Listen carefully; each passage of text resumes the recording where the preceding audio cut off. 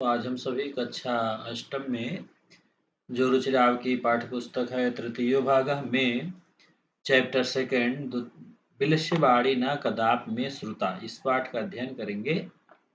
प्रस्तुत पाठ संस्कृत के प्रसिद्ध कथा ग्रंथ पंचतंत्रम के तृतीय तंत्र काकोलुकीयम से संकलित है। पंचतंत्र के मूल लेखक विष्णु शर्मा हैं। इसमें 5 खंड हैं जिन्हें तंत्र कहा गया है। इनमें गद्य पद्य रूप में कथाएं दी गई हैं जिनके पात्र मुख्यतः पशु पक्षी हैं। ठीक है। अब ये जो है कहाँ से लिया गया है? पंचतंत्र से। पूछा जाता है बिलश्यवाड़ी न कदाप में श्रुता, यह पाठ किस ग्रंथ से लिया गया है? तो यह पंचतंत्र के काकोलकीयम से लिया गया। ठीक है। इसके लेखक कौन है पूछा जाता है? तो विष्णु शर्मा है। अब हम चलते हैं गद्यांशों पर। कस्मिंश्चित् बने, किसी वन में, खर नखरः नाम सिंह प्रतिवसति यस्म।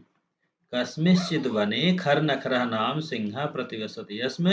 अब देखिए किसी वन में खर नखर नाम का शेर रहता था। प्रतिवसति यस्म, अस्म जो है पास्ट टेंस का द्योतक है तो रहता था। सह कदाचित इतस्ततः परिभ्रमन्, वह कभी इधर उधर घूमता। क्षुधार्तः न किंचिद आहारम प्राप्तवान, भूख से व्याकुल होता है, उसे कुछ भी भोजन नहीं मिलता है। ततः सूर्यास्तमय एकाम महतीम गुहाम दृष्ट्वा सह चिंत्यत, सूर्यास्त के समय एक बड़ी सी गुफा देखता है। अचिंत्यत, दृष्ट्वा देखकर, सह चिंत्यत उसने विचार किया, सोचा, नूनम एतस्याम गुहायाम रात्रौ कोऽपि जीवः आगच्छत्, अवश्य ही इस गुफा में रात को कोई आता है। अतः अत्रैव निगूढ़ो भूत्वा तिष्ठामि, अतः मैं यहीं छिप करके बैठ जाता हूँ। निगूढ़ो भूत्वा, छिप कर बैठ जाना।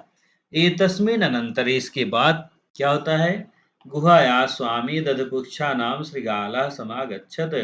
इसके बाद गुफा का जो स्वामी था, मालिक था, दधपुच्छा नाम श्रृगालः, दधपुक्ष नाम का जो सियार है वह आता है। तो यहाँ प्रश्न बनेगा गुहाया स्वामी कहयास्ति, गुहाया स्वामी कहयासि दधिपुक्षा नाम श्रृगालः। खर नखरा कुत्र वसत, यहाँ दूसरा प्रश्न बने खर नखरा कुत्र वसत, तो आप लिखेंगे कस्मिंश्चित् वने खर नखरा नाम सिंह प्रतिवसति यस्म। इस तरह से प्रश्न भी यहाँ बनेंगे। स चायावत पश्चात, अब जो है दधपुक्ष नाम जब सियार आता है तो आकर के क्या देखता है? सा चा यावत पश्यत, वह जहां तक देखता है, तावत सिंह पद पद्धति गुहायाम प्रविष्टा दृश्यते, वह जहां तक देखता है गुफा में जो है सिंह के जाने के पैरों के निशान बने हुए थे। ना चा बहिरागता, बाहर लौटने के नहीं बने थे। श्रृगालः अचिंत्यत, सियार ने विचार किया, अहो विनष्टो अस्मि, अरे आज तो मैं मारा गया, अर्थात आज मैं मारा जाऊंगा शेर के द्वारा, सिंह के द्वारा। नूनम अस्मिन बिले सिंह अस्ति तर्कयाम, अवश्य इस गुफा में जो है शेर है, ऐसा उसने विचार किया। तत् किम करवाड़, अब वह देखिए ये सोच रहा है कि हमें अब क्या करना चाहिए। एवं विचिंत, ऐसा विचार करता है तो आगे क्या होता है? उसने विचार किया, दूरस्था रवम कर्तुम आरब्ध, दूर से ही वह जो है अपनी गुफा को कर्तुम आरब्ध, रवम कर्तुम, चिल्लाना शुरू करता, अपनी गुफा को बुलाता है। भोबिल भोबिल, हे गुफा हे गुफा, किम ना स्मरस, क्या तुम्हें याद नहीं है?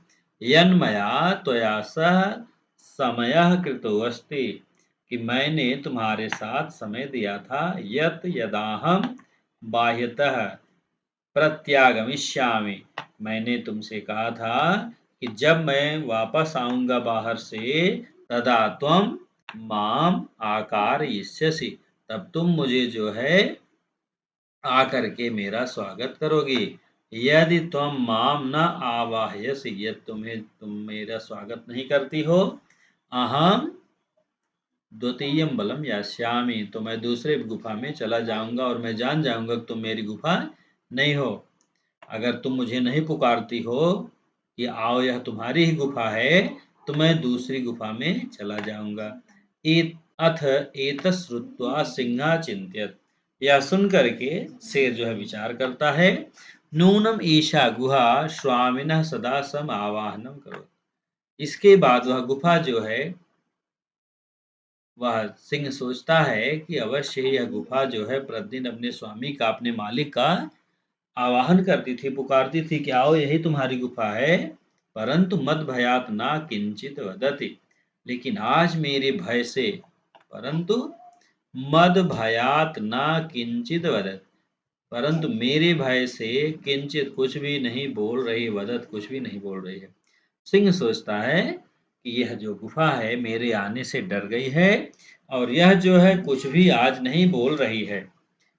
कहा भी गया है अथवा साध्वम इदम उच्यते, या कहा भी गया, क्या कहा गया है, भय संत्रस्त मनसाम हस्तपादादिका क्रिया प्रवर्तन्ते न वाणी चा वे पथुश्चादिको भवे। डरे हुए व्यक्ति का भय संत्रस्त मनसाम, यह देखिए ये जो शब्द है भय संत्रस्त मनसाम, इसका अर्थ होता है डरे हुए का। हस्त पादादिका, हस्त कहते हैं हाथ को, पाद कहते हैं पैर को, आदिका हाथ और पैर, जो क्रियाएं हैं हाथ और पैर की, वे जो है ठीक से नहीं होती हैं। प्रवर्तनते ना वाणी, और मुख से बाड़ी भी नहीं निकलती, मुख से आवाज भी नहीं निकलती है। वे पथुश्चाधिको भवेत्, और शरीर जो है कंपायमान होता है, कांपता रहता है।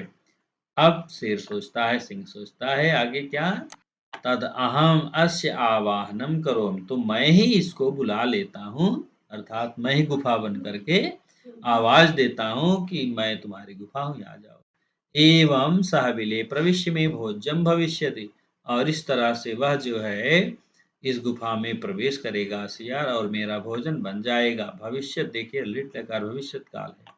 इत्थम विचारी सिंह, ऐसा विचार करके वह शेर जो है सहसा श्रृगालस्य आवाहनम अकरोत्, अचानक ही उसने जो है सियार का आवाहन किया, बुलाया उसको। सिंहस्य उच्च गर्जनेन प्रध्वनिना सा गुहा उच्चैः श्रृगालम आवाहयते। सिंहस्य उच्च गर्जनम, शेर की दहाड़ से, उच्च गर्जना से, प्रतिध्वनिना, प्रतिध्वनित होती है, आवाज लौट कर सुनाई देती है। सा गुहा उच्चैः श्रृगालम आवाहयत, वह गुफा जो है तेज आवाज में उस सियार को पुकारती है। अनेन अन्य अपि पशुआ भयभीता हुवन, जिससे अनेन इसके द्वारा अन्य पशु, दूसरे भी पशु भयभीता हुवन, भयभीत हो जाते हैं, डर जाते हैं। श्रृगालोऽपि ततः दूरम पलायमानः इमं पठत, सियार भी वहां से दूर भाग जाता है। इमं पठत, यह पढ़ते हुए, अनागतम यह कुरुते सा शोभते, आने वाले संकट के बारे में जो सावधान रहता है, सा शोभते, वही बचता है, वही शोभनीय रहता है। सा सोचते यो ना करोत्यनागतम, और जो यह सोचता है कि आने पर कर लेंगे, वह जो है समस्याओं में फंस जाता है। वने अत्र संस्थस्य, वने अत्र, इस वन में रहते हुए, वने शब्द में सप्तमी विभक्ति है, अत्र यहाँ अव्यय है।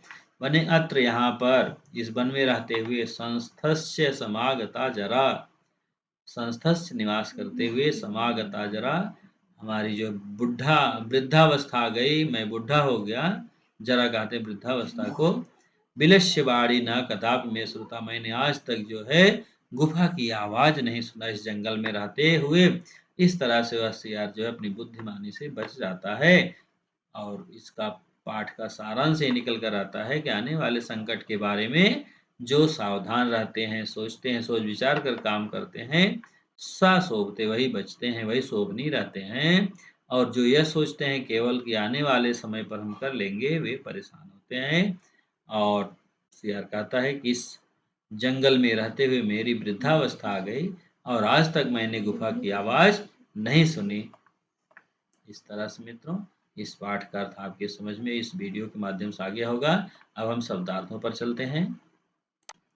शब्दार्थों में कस्मिंश्चित्, कस्मिन् प्लस चित्, किसी वन में, क्षुधार्तः, क्षुधा प्लस आर्तः, भूख से व्याकुल, अंतरे बीच में, निगूढ़ भूत्वा छिपकर, सिंह पद पद्धति, शेर के पैरों के चिन्ह, रवह शब्द आवाज, यावत तावत जब तक तब तक, समय सर्द, बाह्यता बाहर से, यदि तरि अगर तो, तस्त्वा तत् प्लस रुत्वा वह सुनकर, भय संत्रस्त मन साम डरे हुए मन वालों का, हस्तपाद आदि का है, हाथ पैर आदि से संबंधित क्रियाएं। आगे शब्दार्थ हम देखते हैं। वे पथु कंपन, भोज्यम भोजन योग्य पदार्थ, सहसा एकाएक अनागतम आने वाले दुख को सोचते चिंतनीय होता है। संस्थस्थ रहते हुए का के की जरा बुढ़ापा कुरते करोत निराकरण करता है बिलश बिल का गुफा का।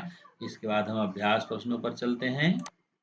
अभ्यास प्रश्नों पर आते हैं। पहला प्रश्न है मित्रों, कस उच्चारणम कुरुत, उच्चारण करना, केवल हमें शब्दों को पढ़ना है। कस्मिश्चित विचिन्त्य साध्विदम सुधारतः एतत् श्रुत्वा भय संत्रस्त मनसाम सिंह पद पद्धति समावाहनम प्रतिध्वनिः। दूसरा, एक पदेन उत्तरत, हमें जो है एक पद में उत्तर लिखना है। सिंहस्य नाम किम, शेर का नाम क्या था। हमें प्रॉब्लम ये होती है बच्चों कि हाँ, परीक्षा में हमें समझ में नहीं आता कि प्रश्न में पूछा क्या जा रहा है, उत्तर तो आपको आता रहता है। तो आप ध्यान से देखें, सिंहस्य नाम किम, शेर का नाम क्या था, तो आप लिखेंगे खर नखरह, खर नखरह।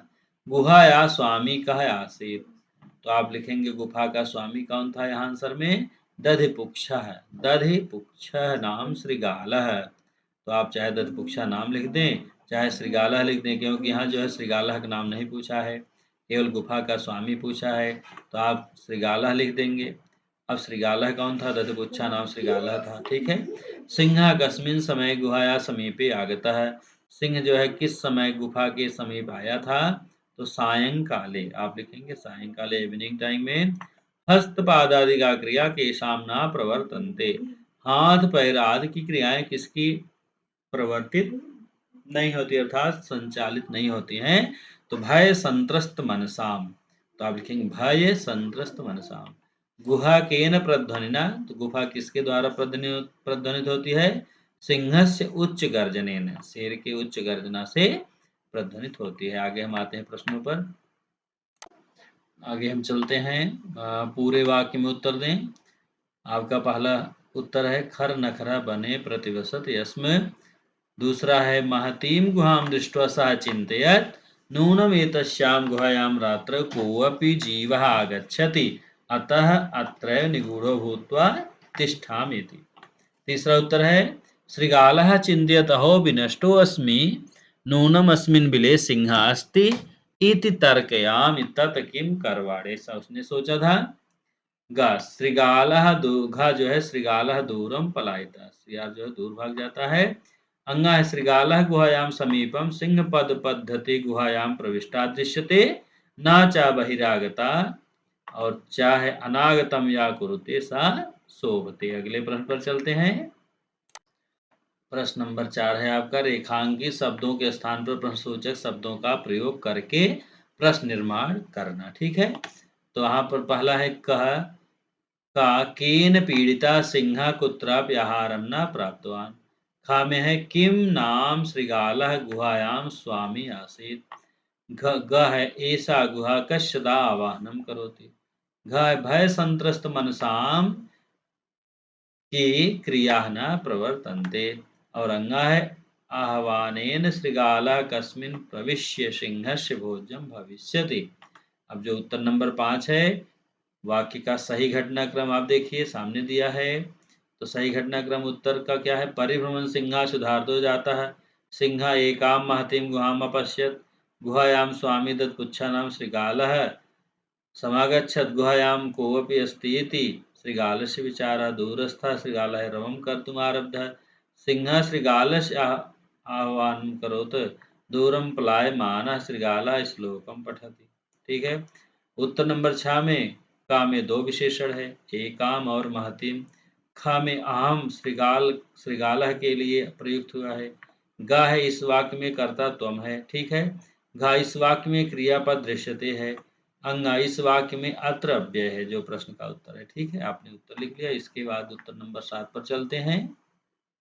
फिर दिया है कहानी पूरा करना। ठीक है, आपको कहानी रिक्त स्थान में दिया है, तो सही क्रम में जो है कैसे भरेंगे, पहले क्रम में दूरे है, दूसरे में तत्र, तीसरे में क्रमशः, चौथे में परंतु, पांचवें में यदि, छठवें में तरही, सातवें में यदा, आठवें में तदा, नौवें में सहसा। इस तरह से हमारा पाठ तो पूरा हो जाएगा। मित्रों, आपने पाठ का अर्थ देख लिया, शब्दार्थ देख लिया, प्रश्नों का उत्तर देख लिया। यदि आप वीडियो को स्किप नहीं करेंगे मित्रों, तो पूरा पाठ आपकी समझ में आ जाएगा। नमः संस्कार मित्रों, छोटा सा प्रयास है। यदि आप इस वीडियो के माध्यम से कुछ भी सीखते हैं तो हमारा वीडियो बनाना सार्थक होगा। अगले पाठ के लिए हम अगले वीडियो में मिलते हैं। तब तक के लिए नमः संस्था मित्रों।